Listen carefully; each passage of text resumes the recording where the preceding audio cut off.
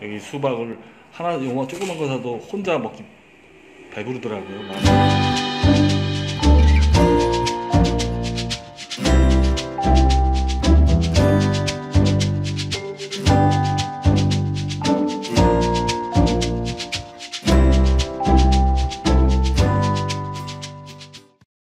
이민이나 또는 은퇴 후 생활을 하시고자 하는 분들이 여기서 소규모로 비즈니스를 하거나 내지는 그렇게 이제 생활을 영위하고 싶은 분, 그분들한테 이제 충고라든가 해주고 싶은 말씀 있으면 좀 해주세요. 제가 이제 한국에서 은퇴를 이제 마음 먹고 이렇게 동남아를 오게 된 계기는 저한테 그 퇴직연금이 주어졌기 때문에 다행스럽게 공직생활을 직장 생활을 한 30여 년 해서 큰 부담이 없었고요.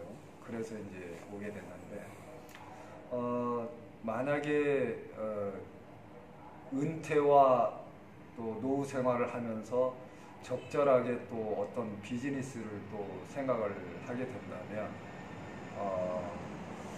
저는 이제 저 같은 경우는 우선 왜 이 프놈펜 게스트하우스 앤 골프 투어 회사를 영업을 하게 된 분이, 저는 처음에는 이런 생각을 전혀 안 하고 그냥 왔다가, 제가 프놈펜 시내에서 처음에 아파트를 렌트를 해가지고 여행만 하고 다녔었는데, 제 친구들이 한국에서 하나 둘씩 오면서 골프를 치러 왔었어요. 그래서 친구들이 오니까 아파트에 방이 적었기 때문에 숙소 문제도 있고 호텔을 잡아줘야 됐었고, 그래서 제가 이제 생각을 하던 게 중간에, 야, 내가 좀 큰 집을 얻게 되면 친구들도 편하게 내 집에 와서 머무를 수 있겠구나. 그래서 좀 아파트에서 좀 비교적 질이 넓은 그런 플랫하우스를 오게 됐고요. 그래서 이제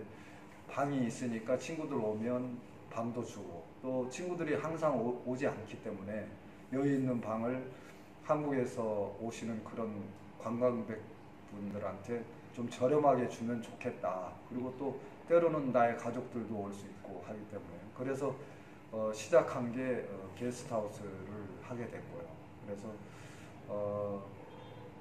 그리고 이렇게 게스트하우스를 하게 되니까 장점이, 제가 이제 아직 아내가 교직에 있기 때문에 함께 지금 생활을 하지 못해서 저 혼자 때로는 또 날마다 여행을 할 수가 없잖아요. 그런데 게스트하우스를 하게 되니까 한국 손님들이나 여행객들이 와서 저와 많은 이야기를 나눌 수 있고, 또 외롭지 않고 오히려 저에게 아주 많은 도움이 될 수 있었어요. 그래서 이거를 큰 돈을 번다는 그런 목적보다도 그렇게 하게 됐고, 또 친구들이 골프를 치다 보니까 이쪽 캄보디아 프놈펜 시내 골프장에 지금 한 너댓 개 있는데요. 그래서 골프 투어 사업을 시작을 했는데, 우연하게 큰 돈은 아니지만 비교적 사업도 잘 자리 잡아가고 있고요. 그리고 이제 그렇게 해서 저는 꼭 사업의 그 중점적인 목적보다는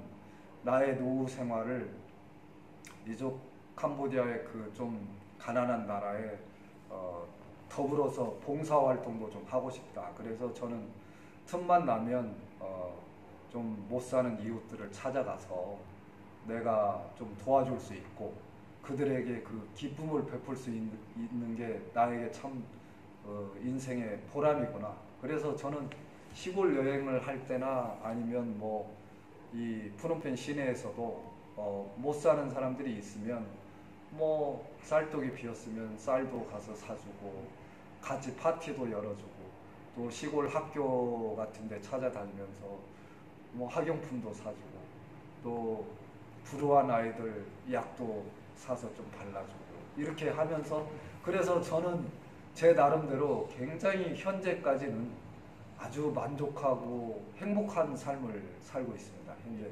캄보디아에서. 그리고 제가 평상시에 직장 생활을 하면서 제 꿈이 이제 만약에 이제 50여 년을 한국에서 살았는데, 퇴직 후에는 내가 한국하고 좀 다른 그런 낯선 환경에서 해외에서 좀 내가 하고 싶었던 평소에 하고 싶었던 일 첫째 저는 좀 자유스러운 그런 영혼을 가지고 있어요. 그래서 여행을 참 좋아하는 편이고 그래서 자유롭게 여행할 수 있고 내가 좋아하는 음악 듣고 사진 찍고 또 제가 글을 쓰는 걸 좋아하기 때문에 시를 쓰고 그리고 또 내가 뭐 주머니가 많이 여유 있어서 부자는 아니지만 내 경제적 형편이 닿는 대로 내가 도움을 줄 수 있는 나라, 가난한 나라에서 봉사활동도 하면 내 일생에 아주 큰 보람이 되지 않을까 싶어서 저는 캄보디아에 와서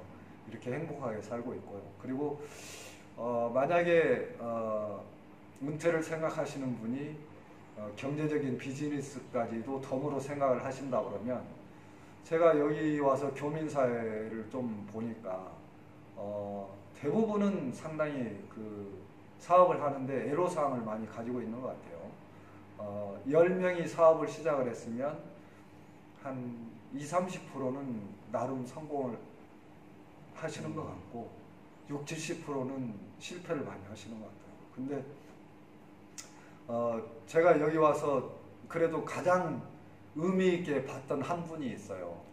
푸놈펜의 그 리버사이드에 가면 나이트 마켓이라는 데가 있는데 거기에 그 한국인 아이스크림 장사를 하시는 분이 있어요. 그분을 이제 제가 자주 만나게 돼서 아주 친한 친구가 되었는데 그분도 처음에 와서 여러 가지 실패를 하셨다고 그러더라고요. 이것저것 손을 대서 그래서 돈도 많이 까먹고 그랬는데 우연하게 아이템 하나를 잘 선택을 해서 그 아이스크림 가게를 좋은 장소 정말 그 나이트 마켓이 굉장히 손님들이 많잖아요. 많죠. 네, 근데 그 집에 제가 갈 때마다 보면 캄보디아 현지인 뿐이 아니라 외국인들이 줄 서서 아이스크림을 사 먹고 있더라고요. 그래서 내가 살짝 친구한테 아니 돈을 얼마나 버는 거야 그랬더니 하여튼 굉장히 이 나라에서 한 달에 500에서 1000만 원 사이를 번다고 그러더라고요. 그러면 이 후진국에서 엄청난 돈이거든요. 사실 한 달에 예를 들어서 500만 원이면 5,000불에서 10,000불 가까이를 번다는 얘기거든요. 아이스크림까지 하면서.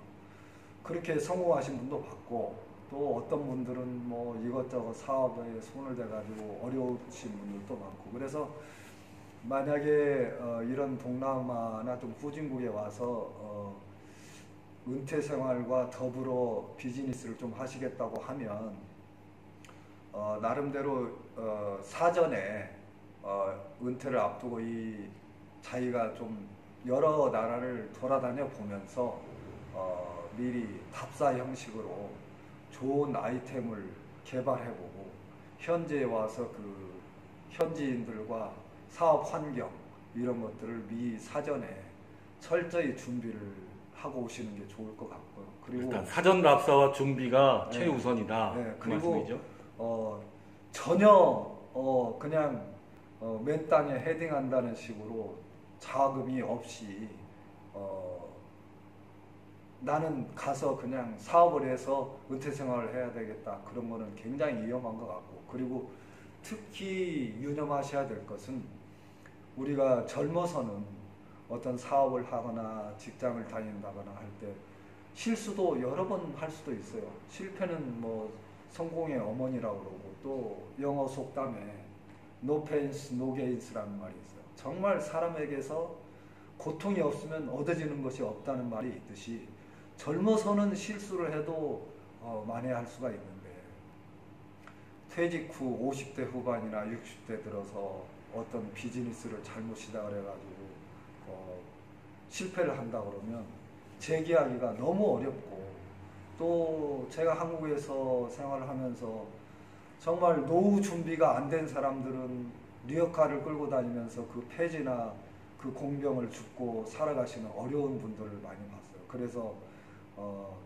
노후 생활을 철저하게 잘 준비를 하시고 또 이 방송을 보시는 분들이 만약에 젊으시다면 인생은 젊어서도 중요하지만 자기 노후 대비를 철저하게 잘 하셔야 되기 때문에 연금을 뭐 사회 요즘에는 그 연금 제도가 잘 되어 있으니까 미리미리 저축을 하셔서 노후 대비를 알차게 잘 하시는 게 자기 인생에 있어서 정말 중요한 것 같습니다. 특히 요즘은 사람의 그 평균 그 우리 살아가는 인생 라이프가 이제 100세 시대라고 하지 않습니까? 그래서 정말 어찌 보면 젊었을 때보다도 노후 생활이 더 길어질 수가 있어요. 지금 일본의 그 사회 현상을 한번 보시면 여러분들도 아실 겁니다. 얼마나 지금 전부 고령화 시대가 돼가고 있잖아요. 우리나라도 이제 불과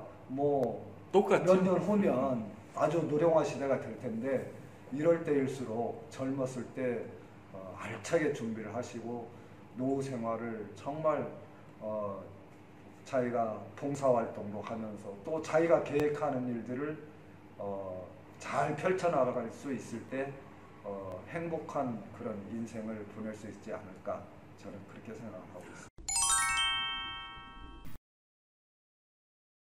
아까 이제 말씀하신 초반에 아직 사모님이 교사로 재직 중이시고 네.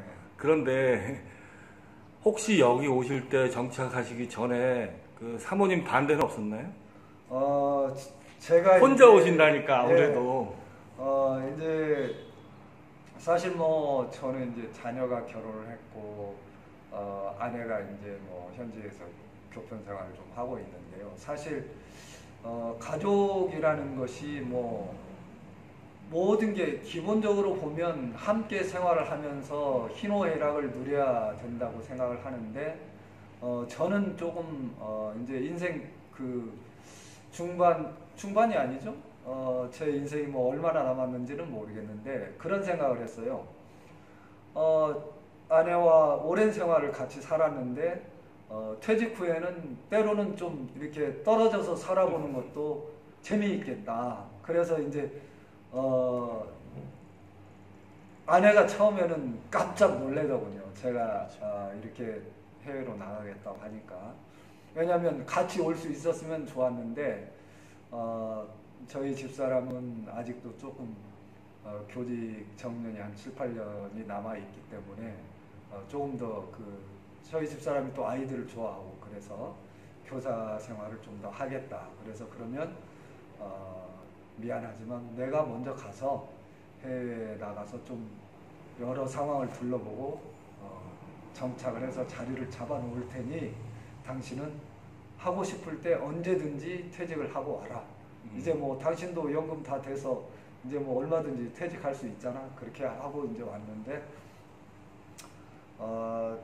그래서 뭐 될 수 있으면 같이 나오는 게 좋겠지만 뭐 여의치 않으면 이렇게 둘 중에 뭐 누구라도 먼저 와서 좀 자리를 잡아놓고 가족과 함께 하는 것도 괜찮을 것 같고요.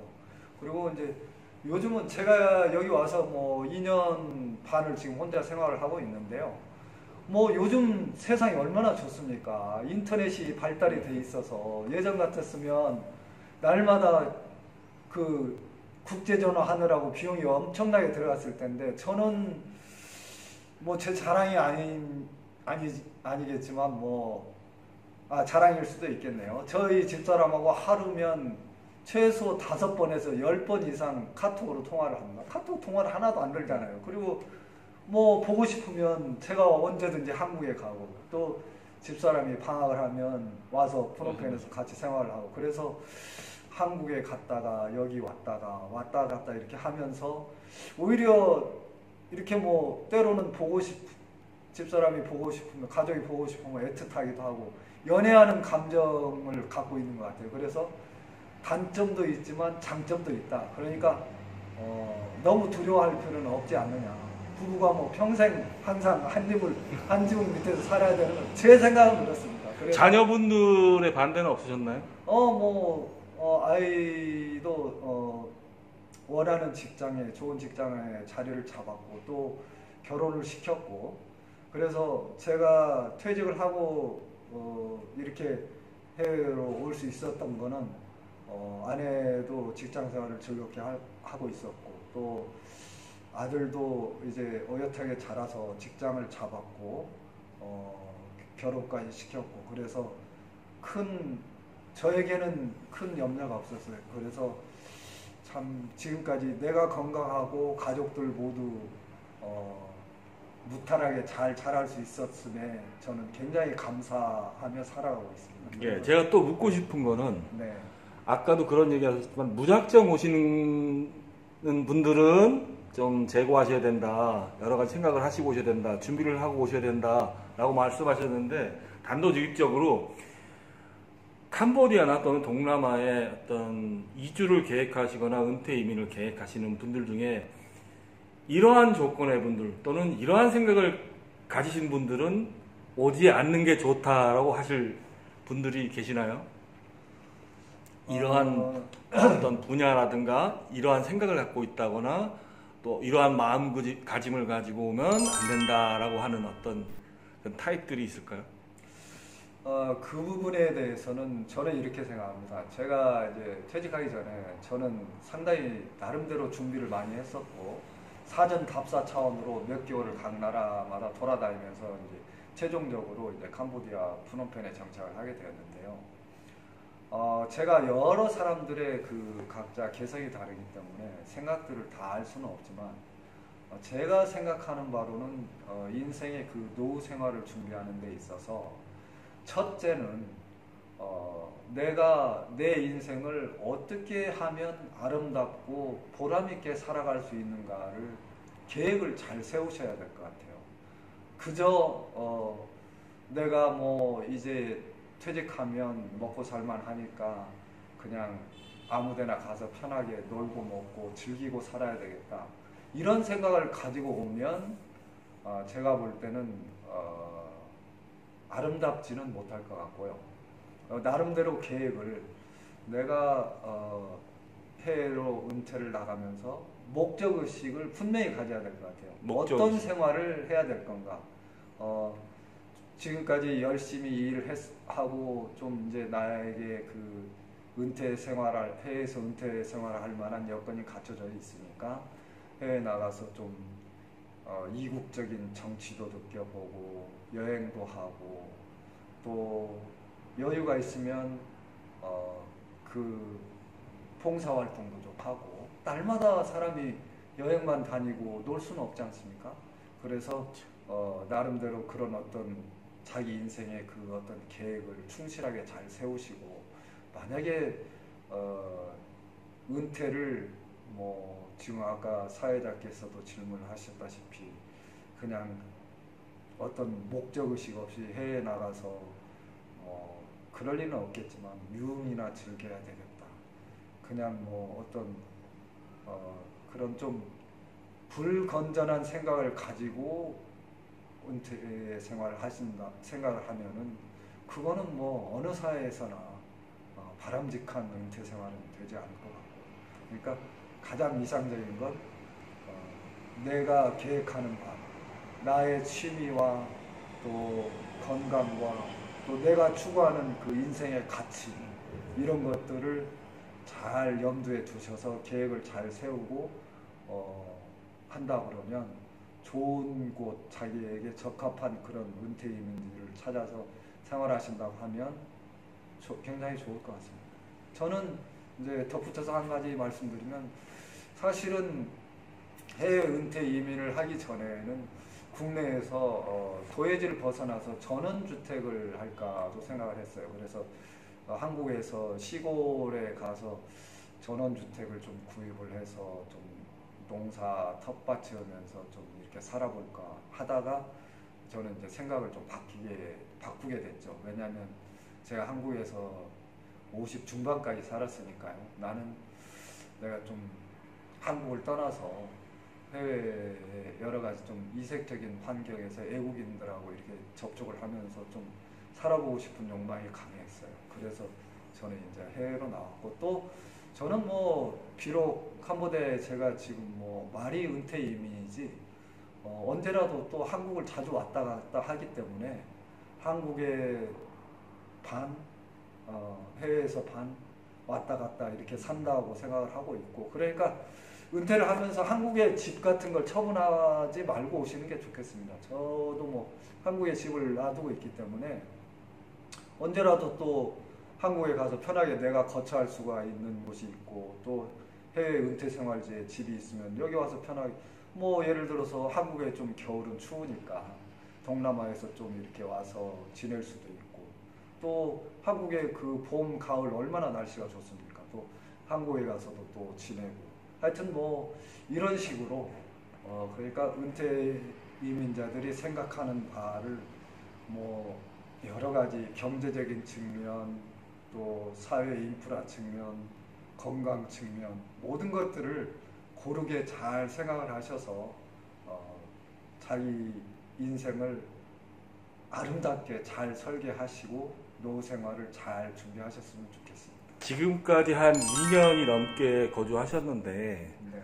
처음에 받았던 인상, 캄보디아에 대한 인상하고 이제 한 2년이 지나고 나서 내가 처음에 느꼈던 인상하고는 이러한 인상들이 좀 바뀌더라. 뭐 그런 점이 있었을까요? 그런 부분은 제가 맨 처음에 이제 시엠립 공항에 내렸는데요.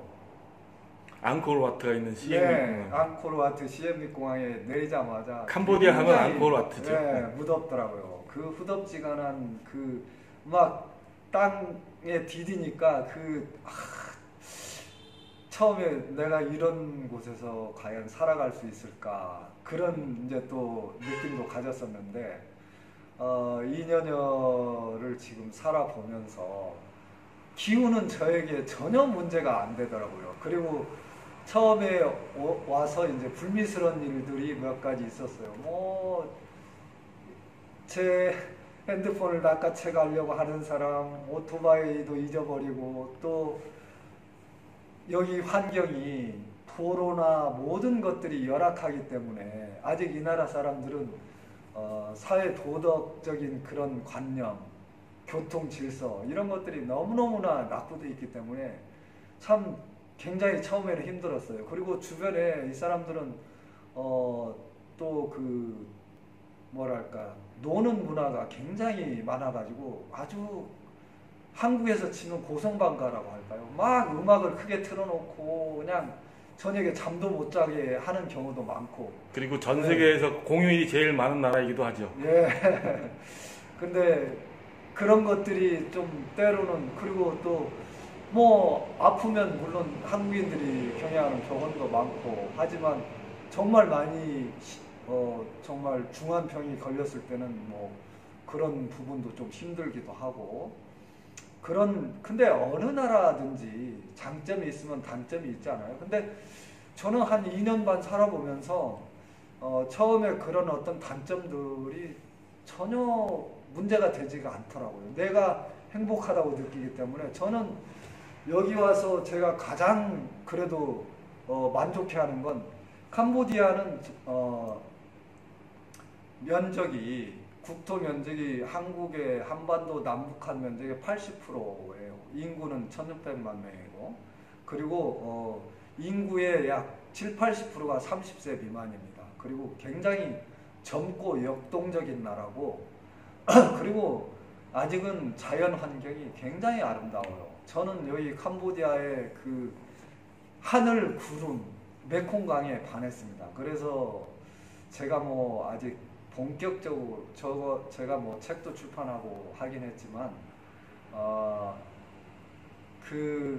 제가 시를 또 에세이를 많이 쓰기 때문에 캄보디아의 그 도심을 조금만 벗어나면 캄보디아의 그 아름다운 구름, 또 메콩강, 이 전원이 너무너무 아름다워요. 조금만 시내를 벗어나서 캄보디아 꼬꽁, 깜뽀, 껌뽕사옹, 나타나끼리, 몬돌끼리, 시엠립, 바탐방, 뭐 이루 셀 수가 없는데 그 전원을 가면서 그 대자연을 호흡하고 느끼고 그런 것들이 저는 너무 아름답고 좋습니다. 그래서 저는 소소하게 불편한 점은 있지만 지금까지 굉장히 만족스럽고, 또 비록 작은 도움이지만 제가 금전적인 여유로 이 나라 사람들을 도울 수 있다는 것, 또 나로 인해서 이 사람들이 기뻐할 수 있다는 거에 대해서 너무 감사해하고, 그리고 저는 한 가지 약속을 했어요.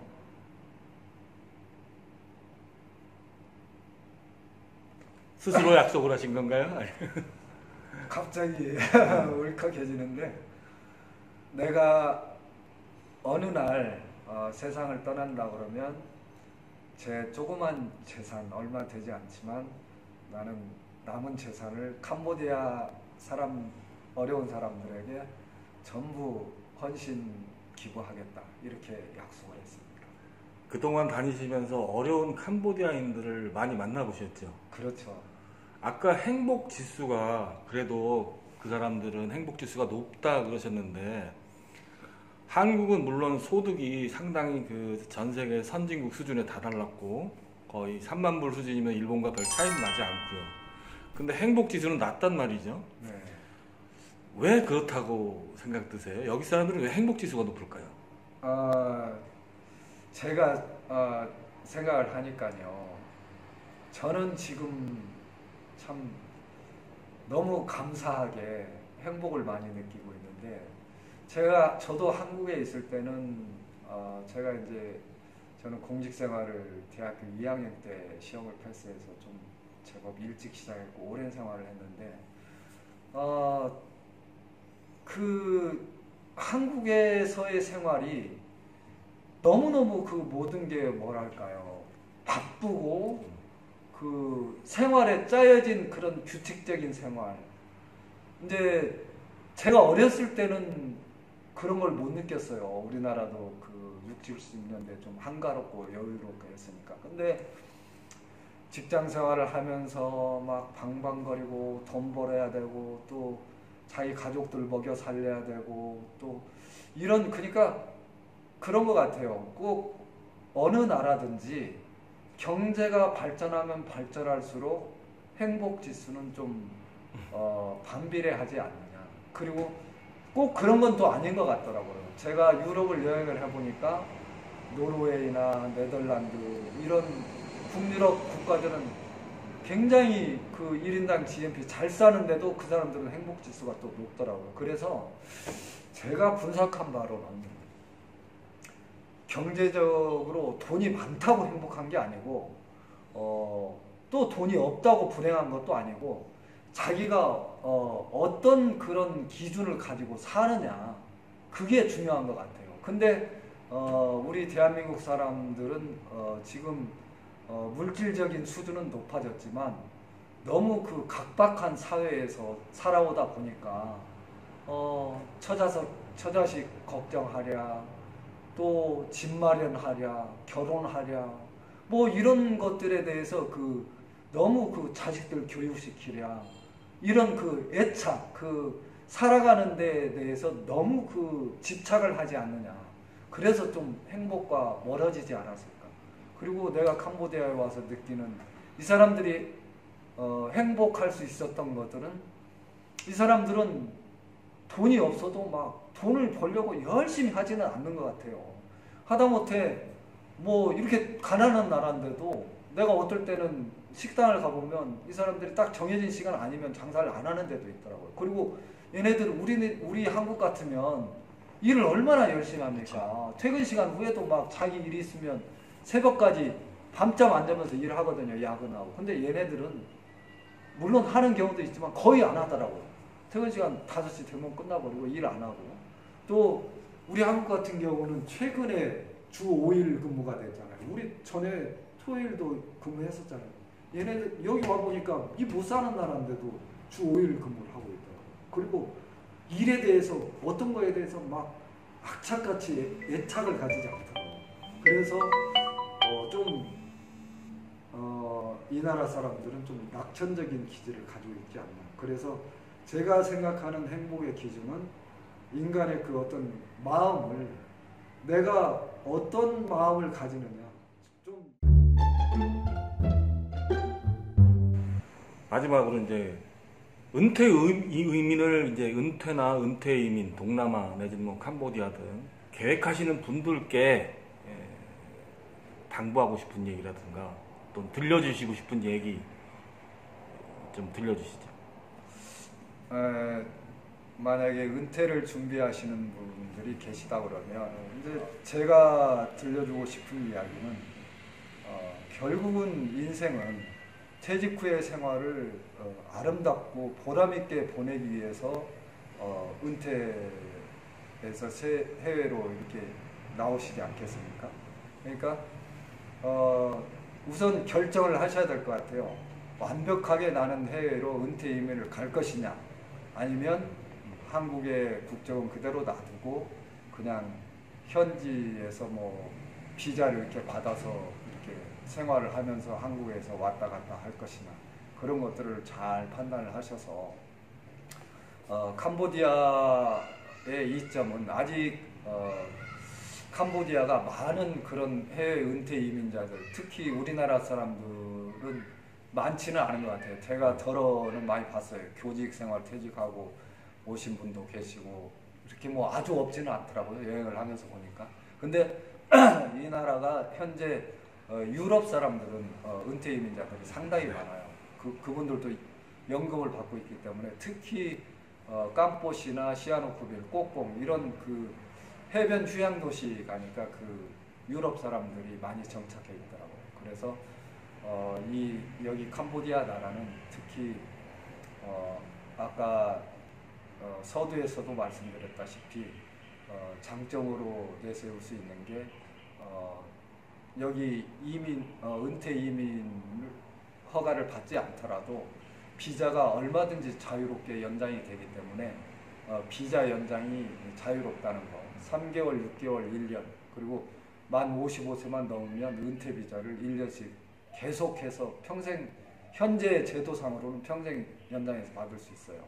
그게 첫 번째 장점이고, 그 다음에 비교적 생활 물가도 상당히 저렴한 것 같아요. 이 나라 한국에 비하면 50% 내외에서 생활하실 수 있을 것 같고요.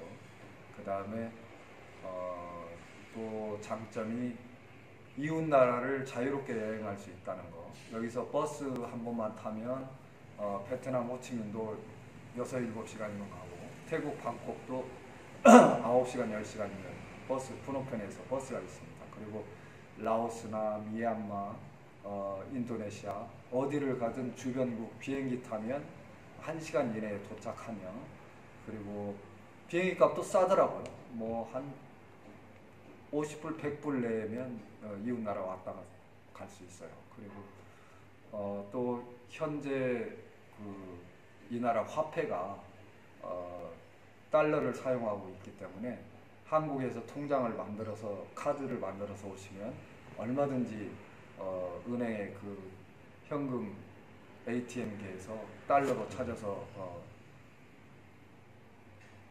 경제 생활을 할 수가 있고, 그리고 염려스러운 부분이 치안 문제인데, 치안 문제도 제가 살아보니까 캄보디아에서 생활하는데, 은퇴 생활하는데 전혀 지장이 없어요. 제가 2년 반 살아보면서 뭐 약간의 그 좀도둑 빼고는 크게 뭐 위협을 느낀다거나 그런 점은 없었고, 하지만 한국처럼 이렇게 그 치안이 잘 된 나라는 아니기 때문에 경찰이나 공권력의 도움을 받기는 약간 부족하다.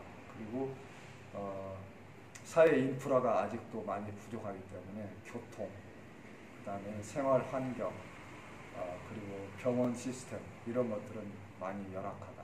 그래서 하지만 한국과 캄보디아 거리가 비행기로 5시간 전후기 때문에 한국도 부산, 제주도 가려면 시간이 오래 걸리잖아요. 그래서 비교적 먼 거리가 아닙니다. 여기 동남아가. 그래서 뭐 위급한 환자가 발생하면 가까운 태국이 그래도 의료 시스템이 좀 낫기 때문에 태국으로 이송을 하든가 아니면 한국으로 빨리 가서 치료를 받을 수가 있겠고요. 그리고 저는 뭐 참 외람되지만 현재 굉장히 행복한 은퇴 생활을 아직까지는 그렇게 하고 있어요. 근데 건강은 어떠세요?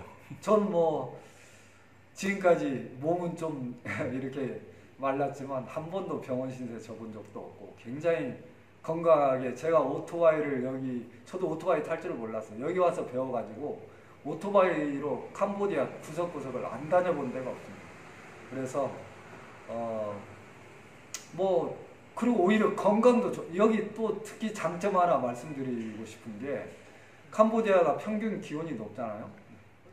근데 인간의 그 신체는 평균 기온이 1도만 높아져도 건강해진답니다. 그래서 저는 여기 캄보디아에 와서 한 번도 배탈을 난다거나 아파본 적이 없어요. 그래서 제 철칙이 반드시 생수를 먹자. 밖에 나가서 얼음을 먹지 말자. 그래서 그것을 지켰더니 1년 반 동안 아파본 적이 없어요. 그리고 일단은 은퇴 생활은 행복과 보람을 찾을 수 있어야 되거든요. 제가 여러분들에게 말씀드리고 싶은 건 저도 뭐 완벽하게 뭐 그 행복의 그 첩경을 제가 알지는 못하지만 제가 느끼는 거는 사람은 중용을 잘 지키고 넘치지 않고 부족하지 않게 살아가는 거, 그리고 지나친 과욕, 욕심을 버리는 것이 인간의 삶의 그 행복 조건이 아닐까. 제가 캄보디아에 와서 2년 반 살아보면서 뭐 사실 부정적인 것을 말하자면 한도 끝도 없죠. 교통 안 좋지, 또 이 나라 사람들 도덕 수준 안 좋지, 치안 수준 한국보다 떨어지지, 그런 것들이 있지만 나름대로 또 좋은 점이 많잖아요. 기후 환경 좋지, 사람들 마음 따스하지, 생활 물가 저렴하지, 또 열대지방이기 때문에 풍부한 과일, 열대 과일 많이 나죠. 장점을 찾으면 얼마든지 많습니다.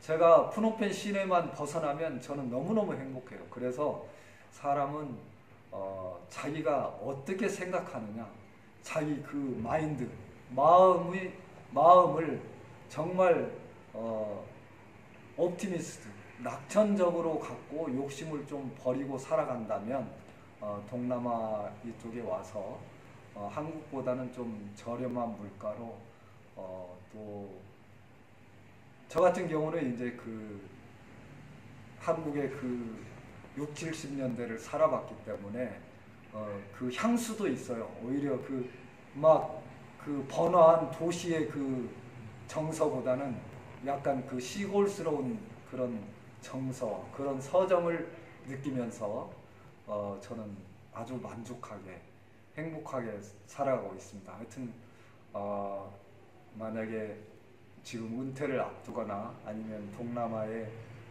이렇게 노후 생활을 계획하고 계신 분이라면 잘 생각을 하셔서 좋은 장점도 많기 때문에 만약에 이쪽 동남아로 은퇴 생활을 하신다고 하면, 결정을 하신다고 하면 잘 준비를 하셔서 행복한 노후 생활을 즐기실 수 있기를 바랍니다. 예, 감사합니다. 감사합니다. 예, 가자. Hả? Làm cho